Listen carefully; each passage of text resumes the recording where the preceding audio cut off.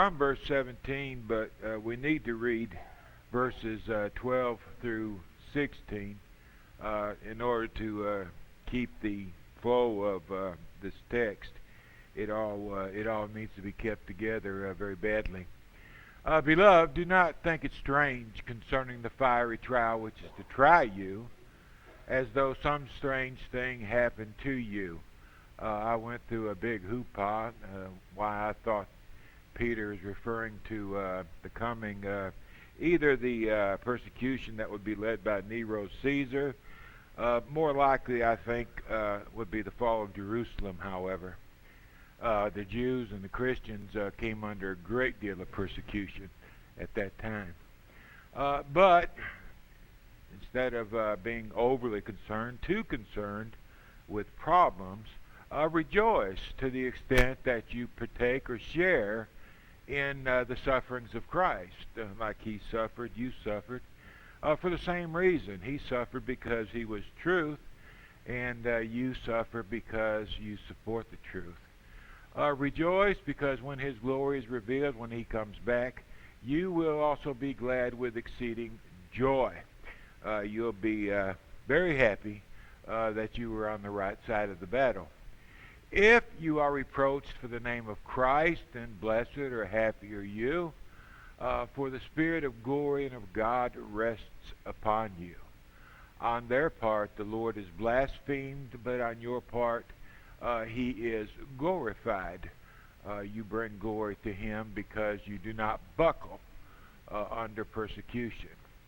But let none of you suffer as a murderer, a thief, an evildoer, or as a busybody in other people's matters. Yet, if anyone suffers as a Christian, let him not be ashamed, but let him glorify God in this matter.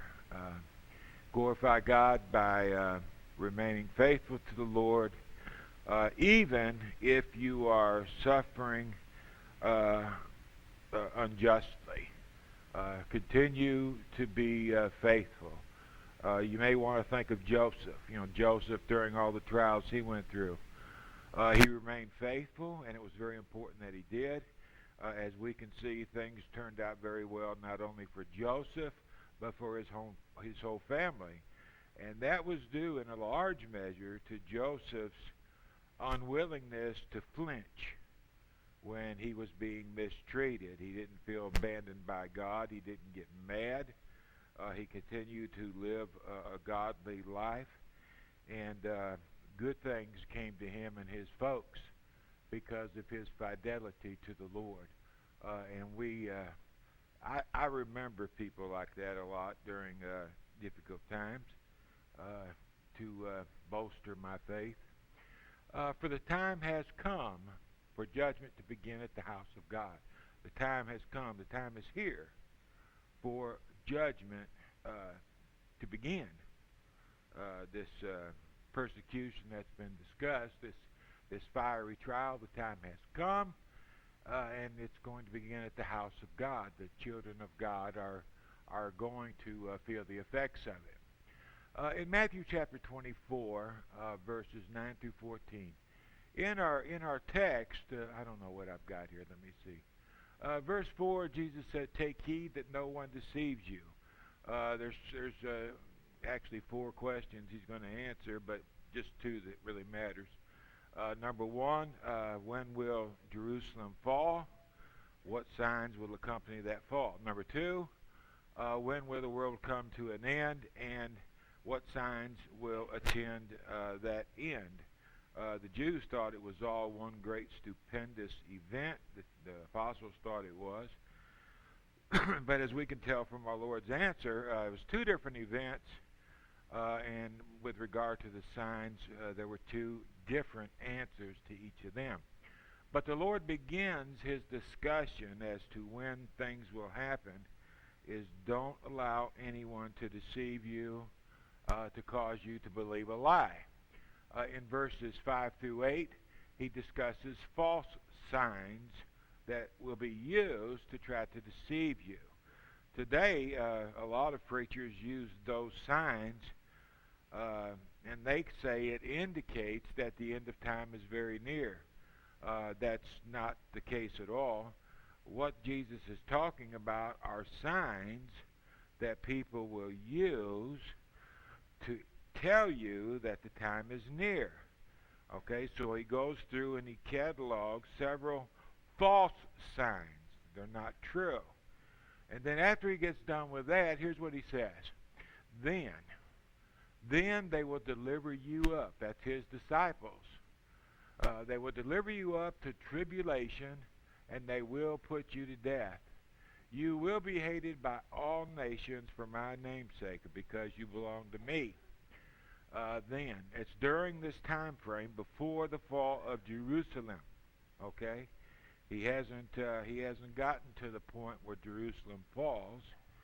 Before it falls, you will be hated, and you will be persecuted. So that's what he's discussing now in verses 9 through 14, and I'd like to read them with you. Many, he said, will fall away. They'll turn away from the faith. And they'll betray one another, brother against brother, and hate one another. Where do the disciples meet, you Christian? Either you tell me, or we'll beat you down. And they betray you. They tell whoever it is persecuting you, most likely the Roman authorities. They tell where the church is meeting. They betray one another. They hate one another. They turn on one another. These are what believers are doing, okay? They're turning on one another because Christians are hated by all nations, and they don't like it. Many false prophets will arise, and they will lead many people astray. False prophet, of course, you know what that is. That's a person that teaches something other than the truth.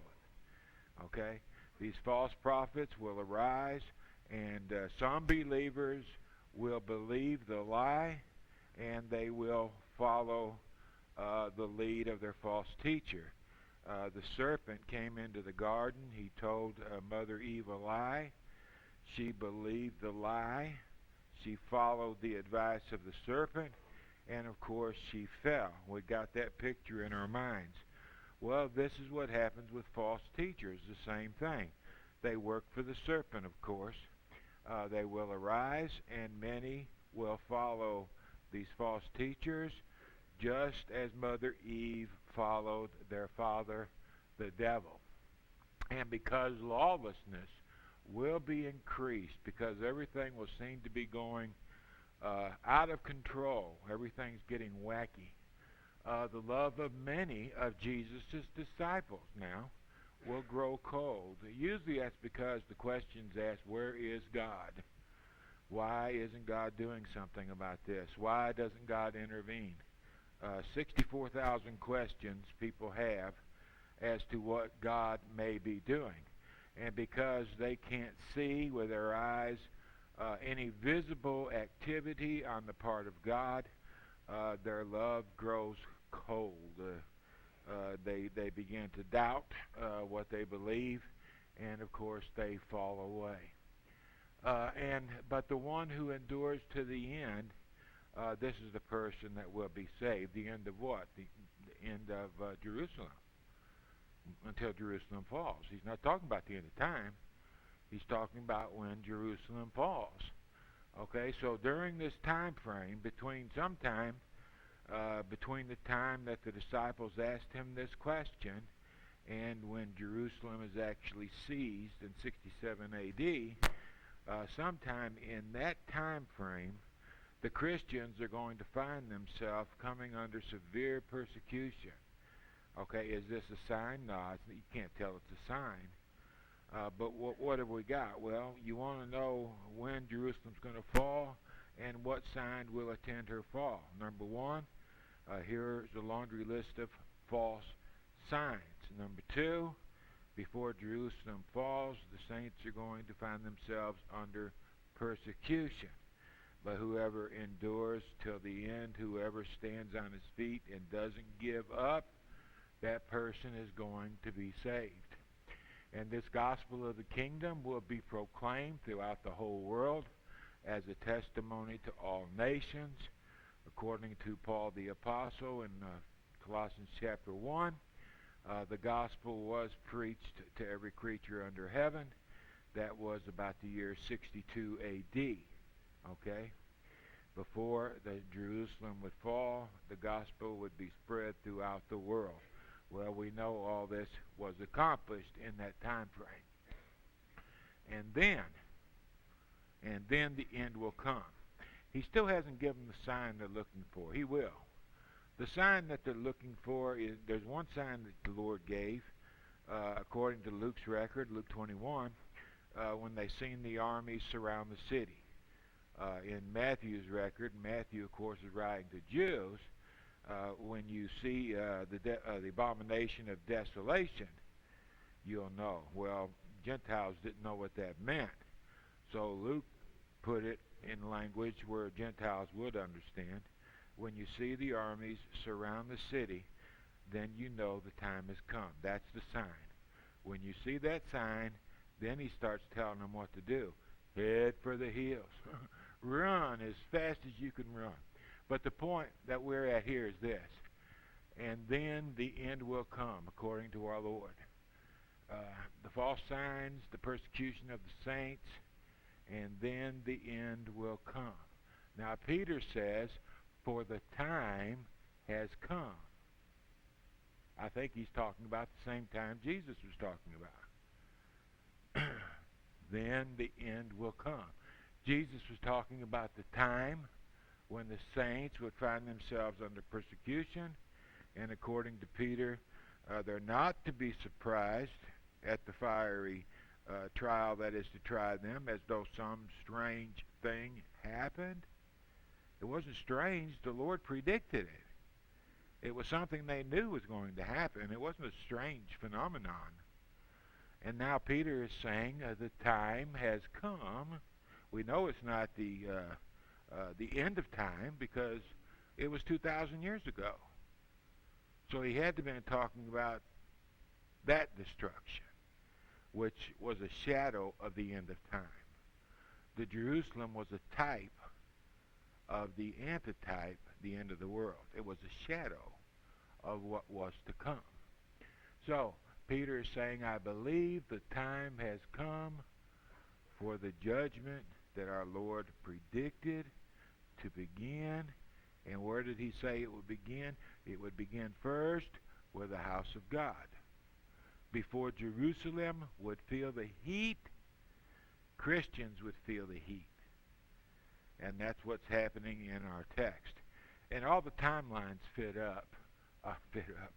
All the timelines fit together about as neat as a puzzle when you get into it, all these things being done around 61 to 3 A.D. Any questions or any comments?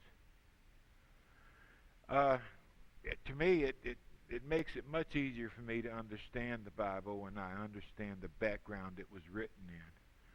I find the background very helpful, especially in remembering what the authors were writing about in their different texts. Sir?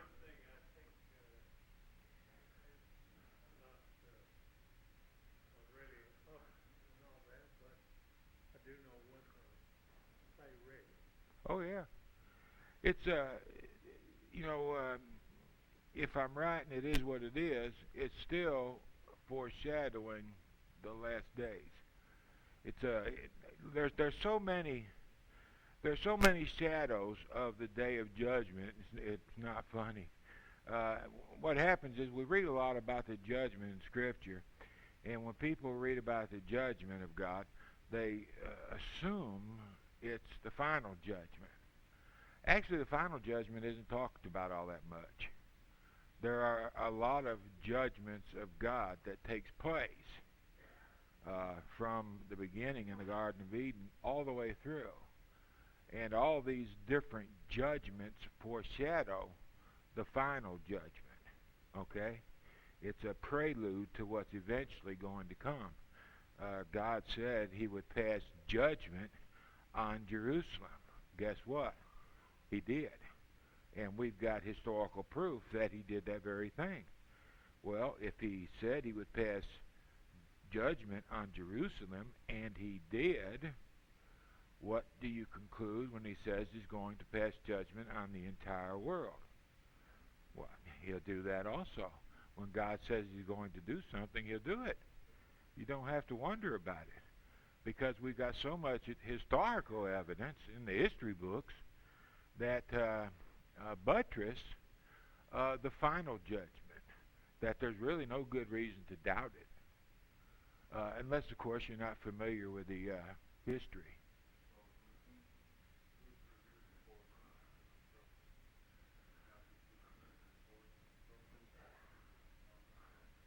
Do what? Well, it was time for the saints to feel the persecution that the Lord was referring to.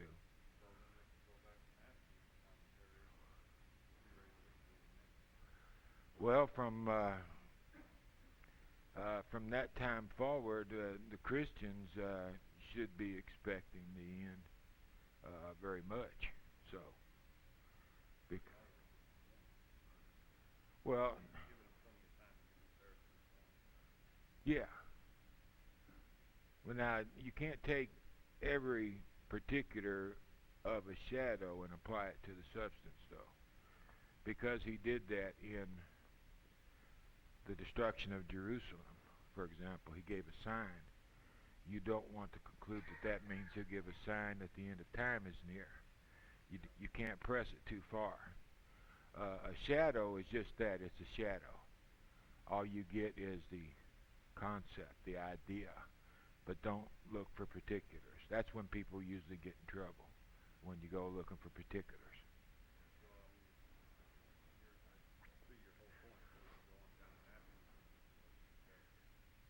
Huh? Yeah, yeah, yeah, yeah. Just a natural, ordinary day. You don't want to take. It's just like a shadow. You see a shadow of yourself on the wall. It doesn't tell you what color your breeches are, what color your shirt is, or what color your eyes are. It doesn't tell if your face looks like you just rolled out of the bed or not. You can't see the particulars in a shadow. You can only see that in substance. So whenever you look at a shadow, always remember that. When you look at a shadow in the Old Testament, and there are so many of them, Joseph is a shadow. Uh, Moses is a shadow. When you look at all of these various shadows that are pointing to what's going to happen eventually, don't be concerned with the particulars. What you want to be concerned with is an obscure shadow. It's obscure. It indicates what will happen one day. And that's all you want to take away from it. A lot of times people err because they look for particulars, and then they start seeing things that aren't going to be there at all. The time has come for the judgment to begin at the house of God. And if judgment begins with us first, this was a passage that I never did really understand some time ago, because to me it was a little bit confusing. If judgment begins with us first, that is the judgment, us of course is the Christians, first before Jerusalem falls. If the judgment is to begin with us first, what will be the end of those who do not obey the gospel of God? What will be the end of those who are not the sons and daughters of God? What becomes of these people? Christians are going to feel the judgment first. What's going to happen to those who are not classified as Christians? That's what I didn't understand, because, well, they're going to go to hell.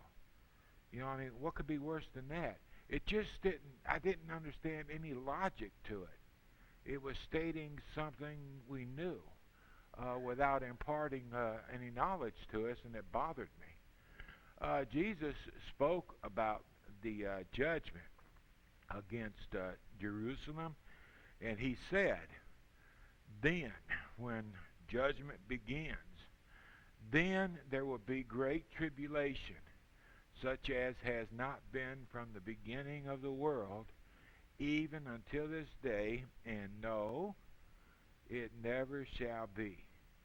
When I was in Jerusalem, I went to the Holocaust Museum, and I got about halfway through, and I got sick to my stomach, and I had to go out and lose my breakfast. It was the most horrible thing I ever saw in my life. I couldn't believe that one human being could do that to another one. It was beyond unbelievable. Jesus said what happened in Jerusalem will never be paralleled. Okay? So whatever the Holocaust was, what took place in Jerusalem during that time was even worse. If the judgment begins with us first, what will be the end of those who are not the sons and daughters of God? They're going to endure a tribulation that surpasses our ability to comprehend. And remember, that's a shadow of the end of time.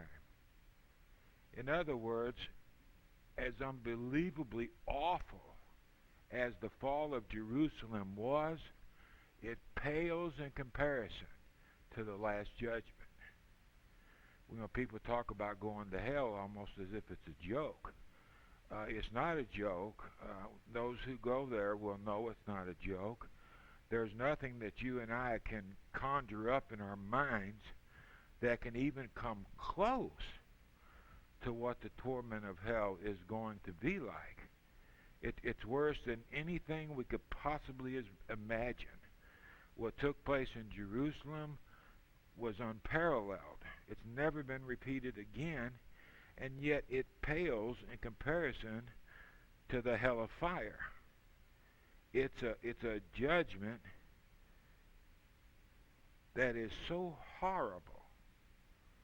We don't understand it. We just don't understand it. And I think what's the worst part of all to it is there's no hope. I got hope today. My back sometimes it drives me insane. But I got hope because one day it won't be able to hurt me anymore. And I know that day's coming. So even though we might suffer today, we know a better day's coming. And because we know that, we grit our teeth, we keep on keeping on. But in the hell of fire, you don't have that hope.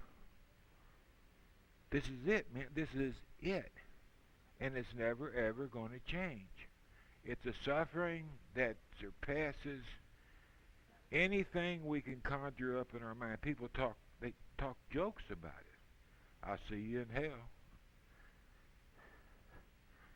It depends on you get there first or if I get there first. And when people talk about hell like it's a joke, there's no joke about it. It's bad. It's bad. It's bad. We shouldn't even want our enemies to go to hell. It's that bad. Well, anyway, if the judgment begins with us first, the suffering that the Christians would endure, it's bad enough. But imagine what the Lord is going to do to those who do not obey Him. That's His judgment against them. What happened to the Christians was man's judgment against man. Okay, bad enough. But what do you got when it's God's judgment against man? You know, it's 10,000 times worse. So this is a reminder that even though they're suffering, it could be a whole lot worse. If they were not friends of God, the suffering they would be entertaining would be a whole lot worse. So that should help them endure their suffering. At least it helps me. Now, if the righteous one is scarcely saved, the righteous person is saved, but it's a very difficult thing to do. It's very challenging. I hope I'm right about this, what I want to say.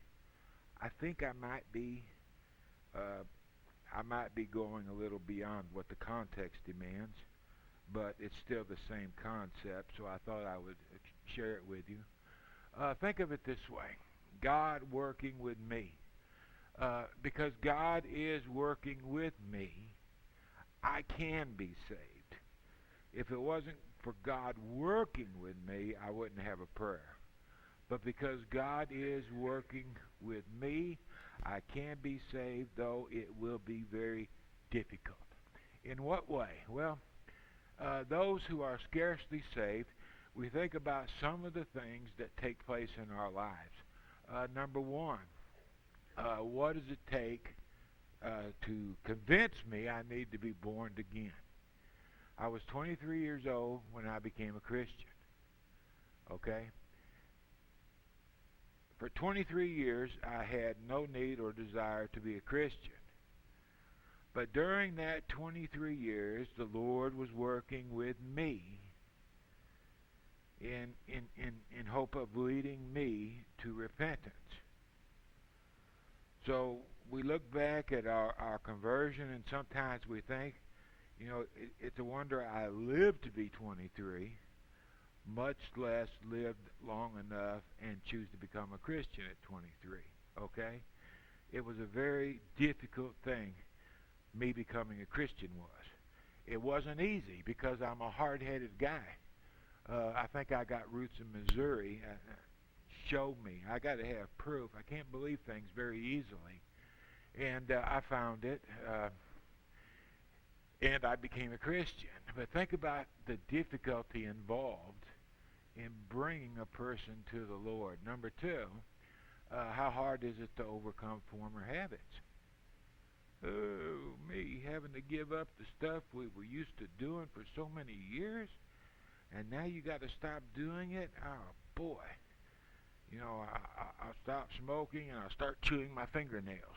It's a swap out. There are things that we choose to give up. Some are mandatory, some we think is wise. We choose to give up things, overcoming who we were. I've seen men or women become Christians and have a very hard time to stop cussing. They've been a Christian for 5 or 6 years, and if they got excited, there'd be a cuss word slip out of their mouth. Before they become a Christian, they cussed a lot. And after they become a Christian, they didn't want to cuss anymore, but it was a habit they had. So occasionally, from time to time, a cuss word slips out. How hard is it to overcome our former habits? Number three, overcoming wicked people.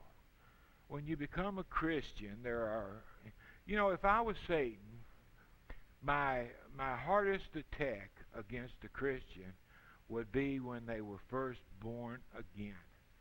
Catch them while they're a babe.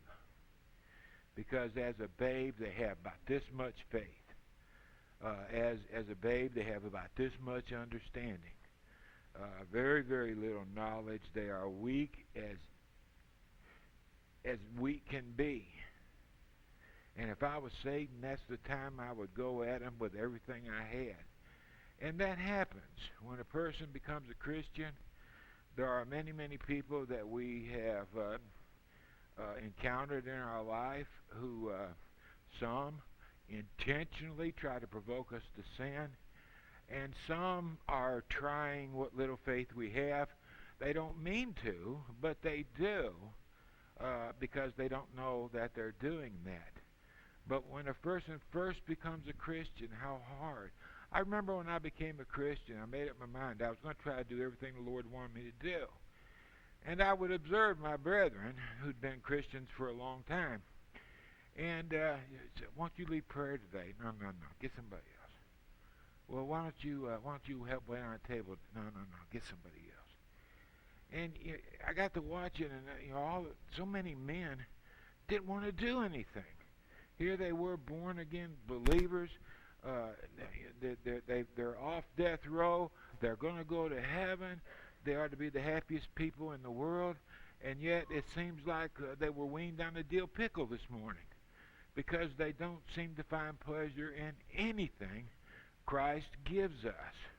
And they don't even want to participate in a service where we're engaged in worshiping the Almighty One Himself.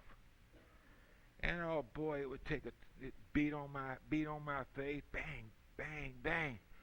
It went on for about 6 months, and I fell away. Quit going. That's enough. I give up. And thanks be to God, Buddy Judd come and talk sense to my head and heart. And I went back where I should have been all along, and I never abandoned the Lord again after that time. But I'll tell you something, those first 6 months, oh, they were so hard, because so many people uh, work on our faith in very different ways. Uh, Overcoming worldly lusts.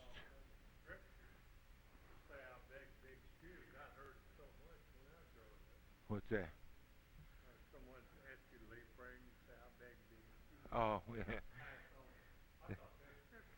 Well, there was a lot of services where I did everything, and then I got up and preached. I mean, it was. Everybody begged me, one guy after the other.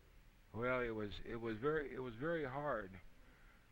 It was really hard on my faith. It really worked it over. I became so discouraged. It was I shouldn't have become discouraged, but I did, and I fell away. A very difficult time in my life, and many more years after that as well. Overcoming worldly lust. We were born again, but our flesh still lusts. Our eyes still lust. There still is such a thing as pride of life. And we find ourselves having to battle these things till the day we die. I thought when I became a Christian all that stuff would go away. It did not go away. I had to battle it now. I had to quit. Used to I could just go ahead and do it. Can't do that no more. Now you gotta fight back those desires.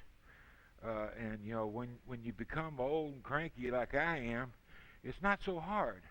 But when I was young and strong, it was very hard to overcome the various lusts that are a part of our human nature.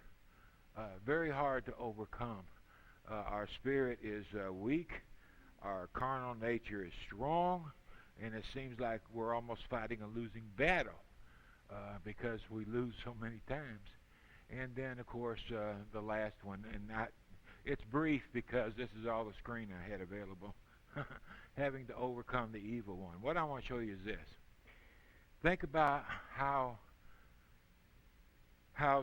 scarcely it is that we be saved. Think of everything going against us. From the time before we became a Christian until the day we die, we have got legions at work trying to make us stumble. Satan turns loose his minions. Their objective is to make us fall. And day after day after day, we got to engage in that fight again and again and again. We are scarcely saved. We're saved, but look at everything working against us. However, God is working for us. And because He is working for us, we know we are more than conquerors. Because as long as we have the wherewithal to keep on keeping on, the Lord will keep on picking us up, dusting us off, and putting us back in the race. As long as we don't give up, the Lord will make us successful. Not contrary to our will. Our will is we want to be successful. That's why we don't give up. And He'll help us across the finish line. And I think that's what Peter's talking about. If the righteous are scarcely saved. Saved, but with great difficulty. Then he finishes what he wants to say. Where do the ungodly and the sinner appear? Without a prayer, without a hope. So many times, a woman came to me one time, her a Christian, her husband was not. I knew her husband very well. He, one of my first cousins, I guess I did know him pretty well. His wife came to me after he died. She said, you know, he was a good man. I said, I know. I've known him since I was a little child. He was a good man. You ask him for something, he'd do it. You ask him if you could have something, he'd give it. He would do anything he could to help anybody because he was a good, good man. And she said, I believe that even though he wasn't a Christian, I believe that a man as good as he is can't be lost.